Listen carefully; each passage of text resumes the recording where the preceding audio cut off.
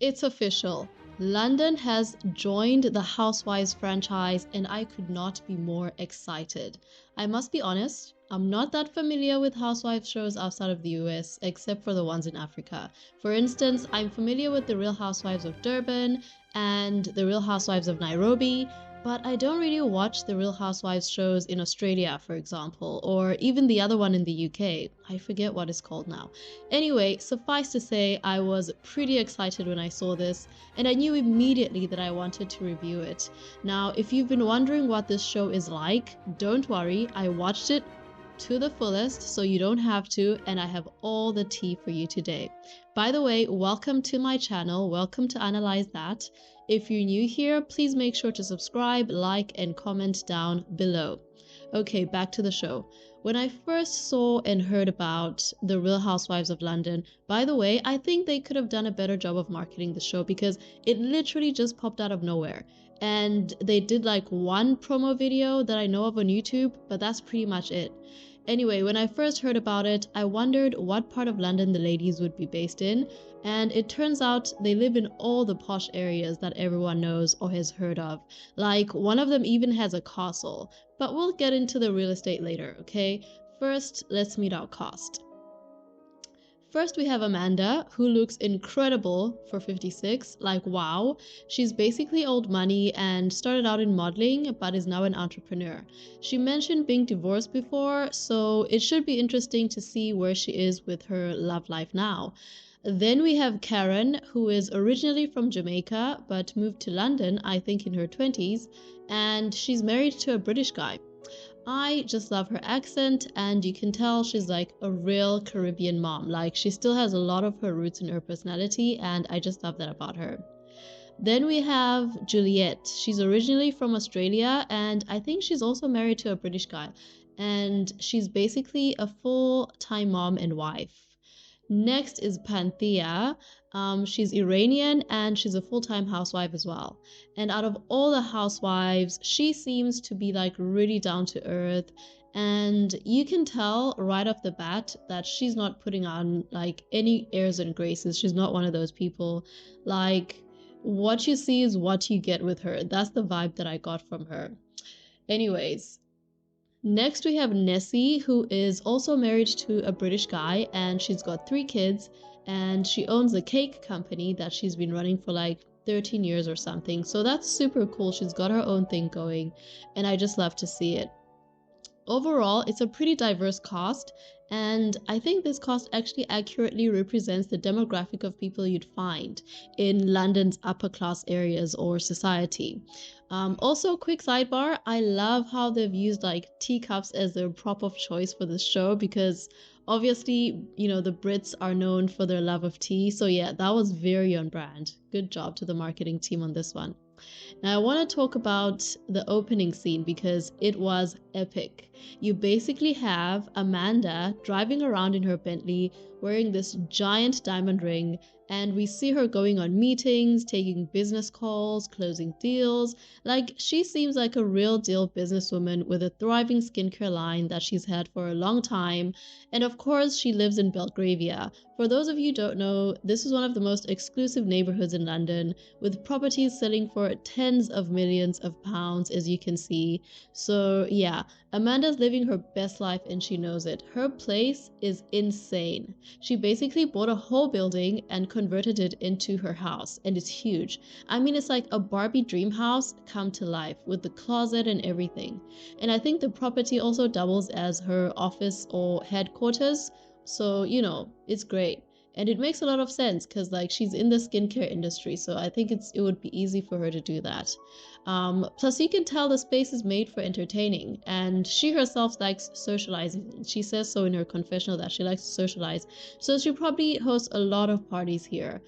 She also mentioned that she was married before and has a daughter, and she basically comes off as like a boss babe. You know, she's an independent woman doing her own thing, and I just love to see that. So in the next scene, we see Panthea. She's chilling at her, I hope I'm saying that right. I think she did say Panthea. She's chilling at her house with her husband and her housekeeper, and she's telling the story of how her and her husband actually met. Apparently, her husband basically convinced her to marry him, by telling her that he's a growth stock, which, he was imploring her to invest in him basically. And invest in him she did, because now they have a beautiful family and he's a successful lawyer. And apparently, because of his status and his job, they get to attend a lot of exclusive events around town. So we see pictures of them in what looks like a ball at some castle, and they're going on all these society events with all these famous people and like royals and everything. But I feel like beneath all of that, like, she seems very down to earth still, and she's one of those people that wears her heart on her sleeve, and she's very assertive and outgoing and outspoken. And like I said, what you see is what you get with her. So yeah, she seems very like sincere. Anyways, or as sincere as housewives can get. So yeah. Anyways, then we have Juliet. Juliet's an interesting one to me because she kind of comes across as like an older version of Panthea. Like, these two are two peas in a pod. Am I the only one who sees this? Not only do they look alike and they have like the same stature and everything, but they're also like the same bubbly, outgoing personality. I think the only difference is that Juliet is a bit more glamorous and blinged out compared to Panthea. Now, Panthea is stylish, don't get me wrong, but Juliet just takes it to a whole other level, as you can see. Like, just the way she dresses, she's always just dripped, and she really leans into the British nobility look, even though she's actually from Australia. Anyway, we see her playing tennis with her husband, and she definitely hints at her husband being like aristocratic or being from aristocratic stock, but she calls it being well positioned. She's like, our family is well positioned. I'll just put it like that. I'm like, that is such a British thing to say. Anyway, it turns out that her husband is descended from William Wallace, who is the guy who actually inspired the movie Braveheart, if you didn't know. And he's also the descendant of some famous British general or other, so yeah. And apparently Juliet herself is a descendant of some King Edward II or something, or rather her family is descended from him, yeah. So it makes sense that she dresses the way she does, she's just tapping into her aristocratic roots, and I love that for her. Anyway, after this, we meet, or rather we see Nessie hanging out with her kids and her husband, who happens to be an entrepreneur in the mining industry. Now, we all know there's nothing worth a damn to mine in Britain. So where the hell are these mines that he's managing? I was like, I want to know, because I immediately side-eyed their situation when she said that. Because as a South African, I was like, I'm pretty sure I know which mines he's enterprising. So yeah, that was kind of a put off for me, I'm not gonna lie. Anyway, Nessie pretty much sees herself as a trad wife, even though she works full time. And I'm like, girl, that's not how trad wifing works. Trad wives don't have jobs or businesses. You are a working wife, girl.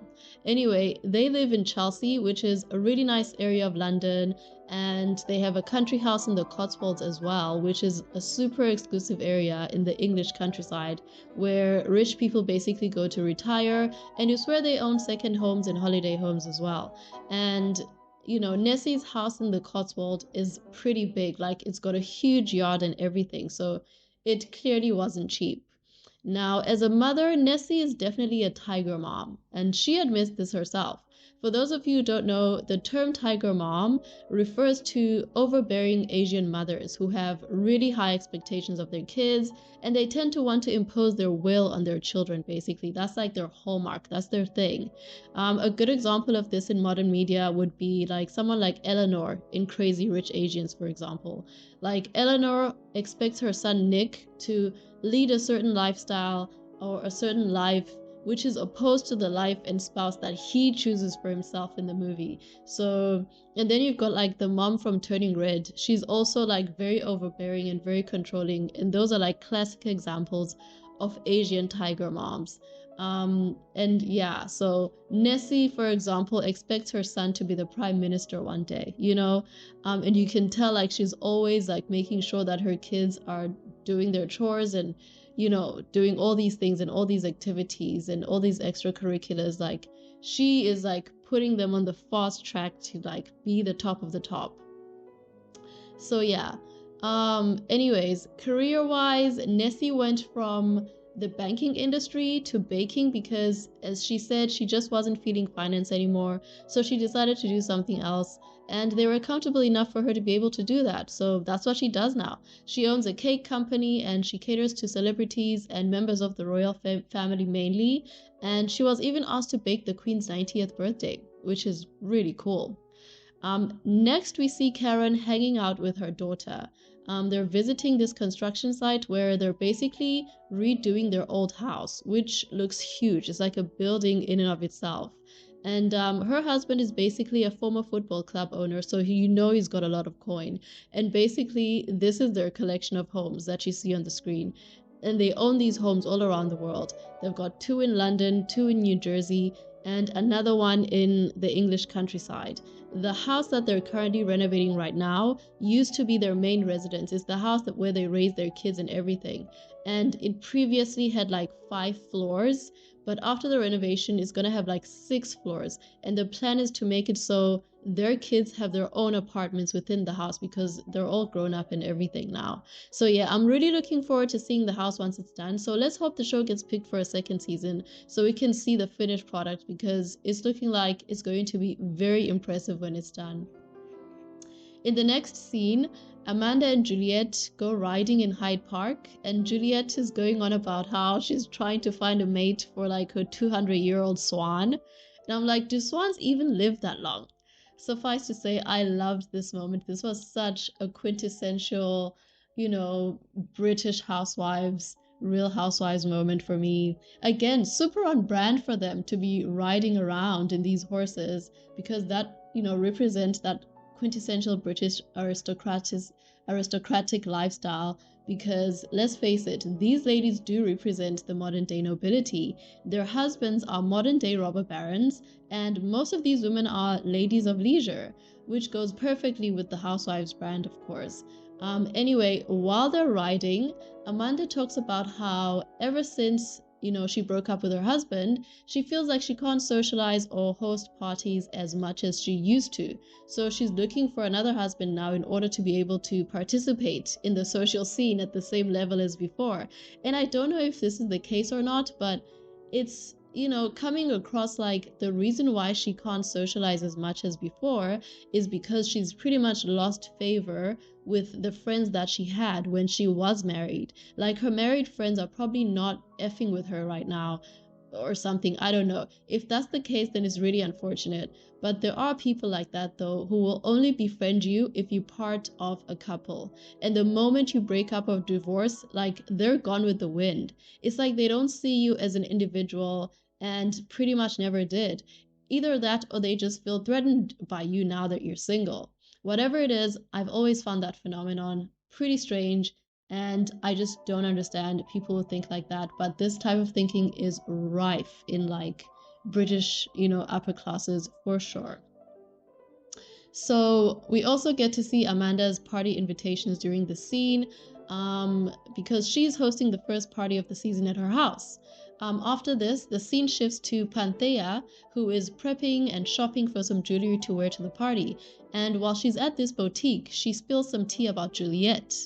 Apparently, Panthea sent her son to a dentist that was recommended to her by Juliet, and apparently this dentist tried to scam her out of money, basically. Not only did the dentist not fix the problem that her son had, but she went ahead and gave him like 6 fillings without taking an x-ray, and she couldn't provide proof of why she needed or of why her son needed the fillings either. So Juliet basically took the dentist's side in the argument, and she never talked to Panthea to find out what happened or find out her side of the story. And that's why, Panthea's not fucking with her. And apparently Juliet has been acting all nice and pretending like everything's good between them every time they see each other in society parties, when she knows that there's this thing between them that's unresolved. So yeah, she's basically tired of Juliet being fake with her. And you can tell she was ready to call her out on it. And I could also tell that Panthea has been holding on to this for a while, and this show is like the perfect opportunity for her to finally address it. So yeah, the scene shifts later to the party, and the party's now starting, and you can tell that everyone who's anyone is here. Like, it's a who's who of British high society. It's a Women's Day party, so it's only women, and they're all gorgeous and rich and moneyed, and it's just fabulous. And everyone's having a good time, and everything is just going swimmingly. And Amanda's house is like the perfect place to host this because, like I said, it's like a Barbie dream house, So it's like the perfect place to host a Women's Day luncheon or a Women's Day dinner or cocktail party, which is what this is. Everything goes really well until Panthea arrives. Not only does Panthea arrive late, but she immediately picks a fight with Juliet because remember, she's been holding on to something for a really long time. Now, in her defense, Juliet was being fake with her in this moment. I will say that. I did notice that. And Panthea let her know that she is done with that. Now, quick sidebar. I want to point out that this moment does look somewhat overproduced to me. I don't know why, but it came across that way. And I think that the show needed something that would cause drama, like a storyline to launch the episode with some conflict, and this was pretty much it. Anyway, Juliet goes over to Nessie and basically complains to her that Panthea is like attacking her and stuff and is calling her out on something that she apparently knows nothing about, and she basically embellishes as well, which is so housewives coded of her. Anyway, things between Juliet and Panthea, they seem to cool down a bit during the course of the party, but then they have this toast and Panthea brings it up again, She brings it up because I feel like she's just like, she's not done. She didn't get the closure that she needed.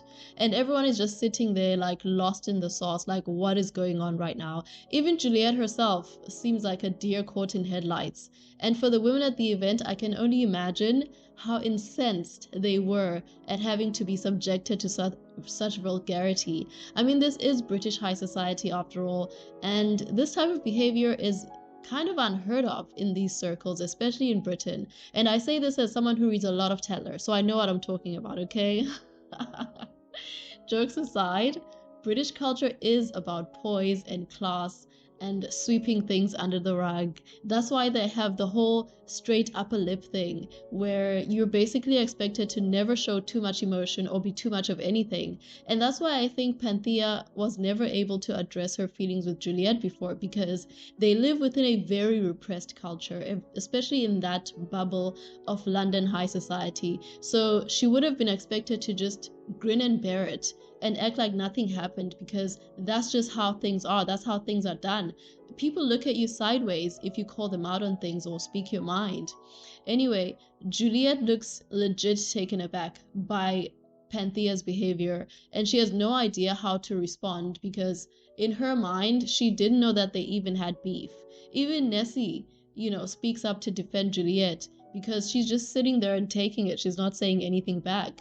But Panthea just goes straight for the jugular. She doesn't slow down at all. Like, she starts going in even more. She now mentions that Juliet borrows her clothes and that she wears fake jewelry. She's basically attacking her at this point and is getting real. And with the whole borrowing clothes allegation, Juliet sets the record straight and says that apparently one of Panthea's friends, who is a boutique owner, reached out to her and asked if she wanted to do some product placement work. And Juliet said yes, and that was pretty much it.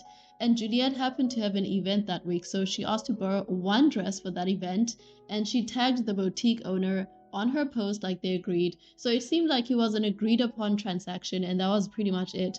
But then in her confessional, Panthea reveals that Juliet actually borrowed 6 more dresses from her friend after that in a separate occasion that had nothing to do with the original event and agreement. So yeah, it's pretty much she said at this point. And unfortunately, some of the ladies are looking at Juliet sideways, wondering if she did borrow the dress she's currently wearing, because that's kind of what is being implied about her, that she goes around borrowing dresses.